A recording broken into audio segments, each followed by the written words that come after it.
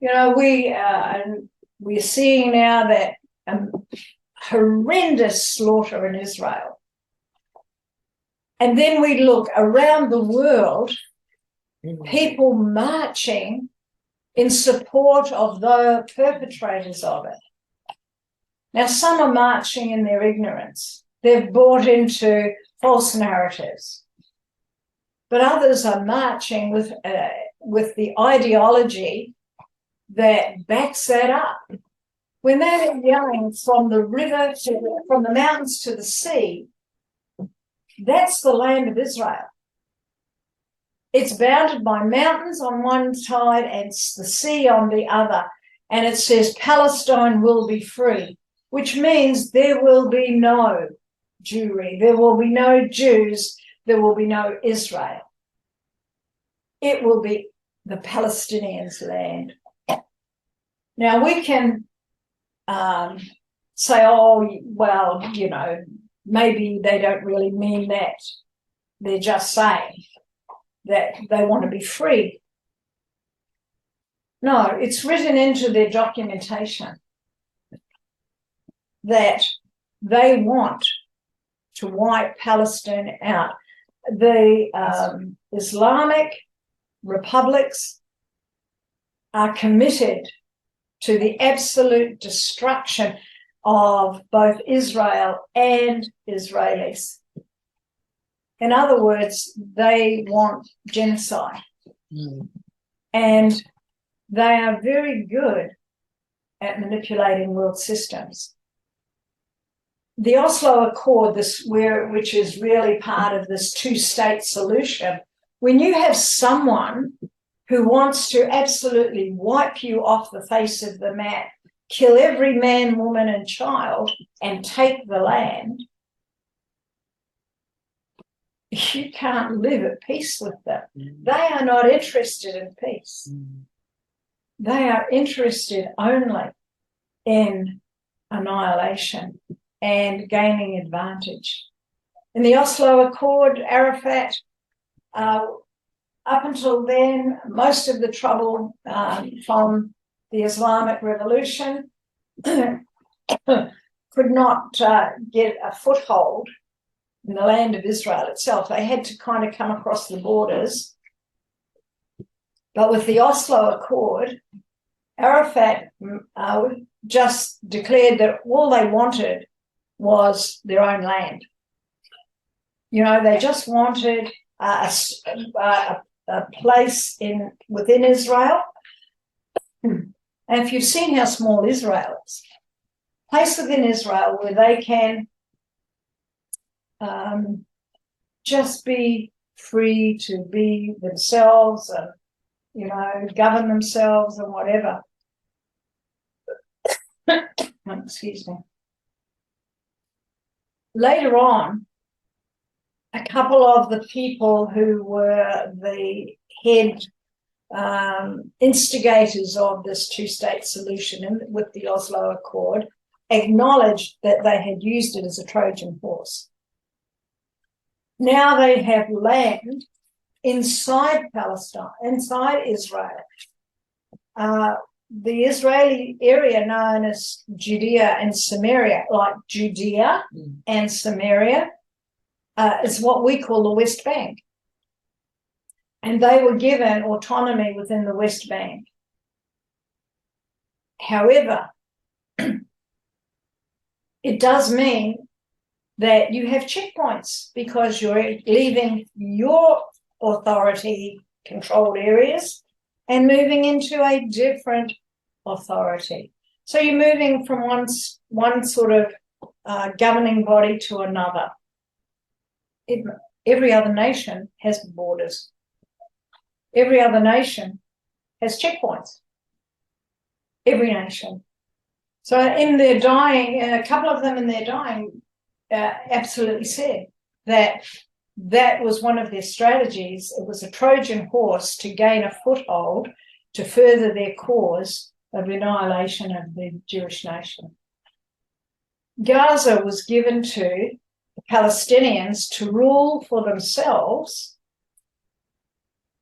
so that They wanted land. And the agreement was, and part of that Oslo Accord sort of thing, land for peace. We'll give you Gaza and West Bank, and if you will live at peace with us. It hasn't happened. Gaza is governed by the people elected the government, the Palestinian government. And so the elected authority is Hamas. Now, Hamas says it has two faces. It has its civil arm and its military arm.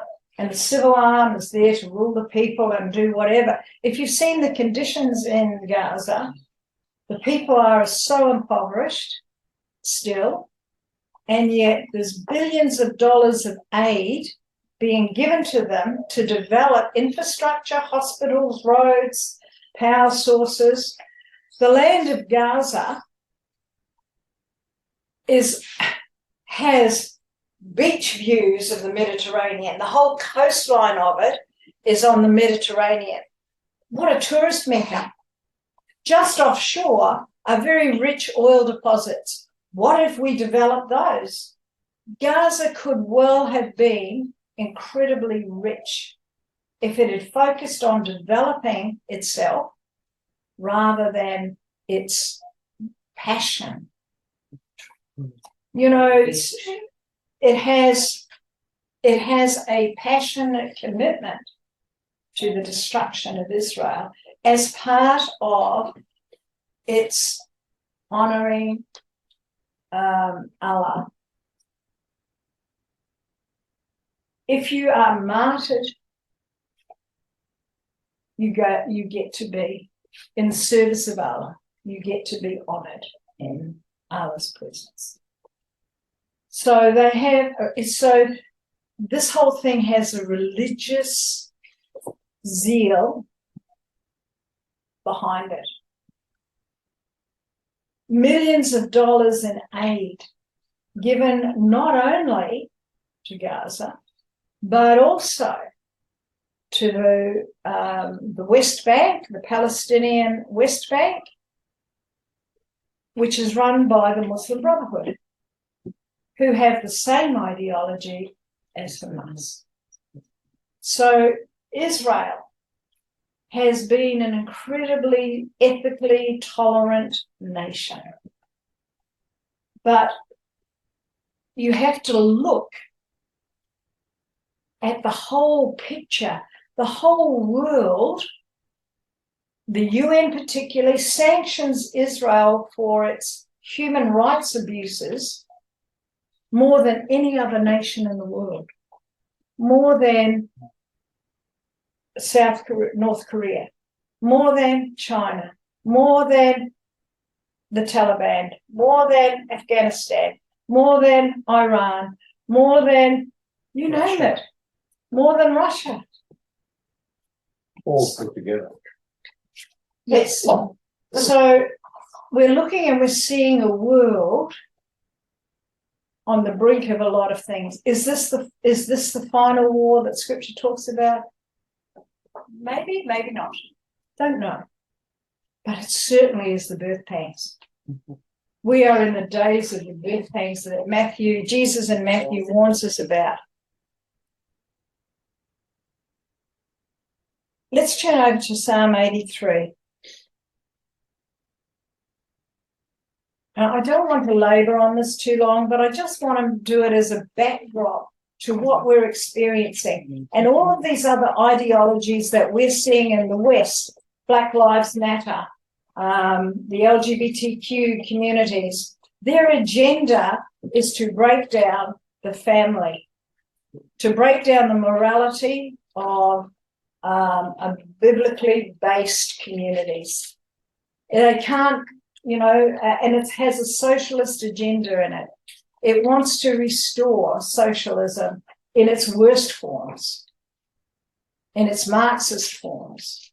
So Psalm 83, and again, I tell you this not to get all bent out of shape, but because we need to see that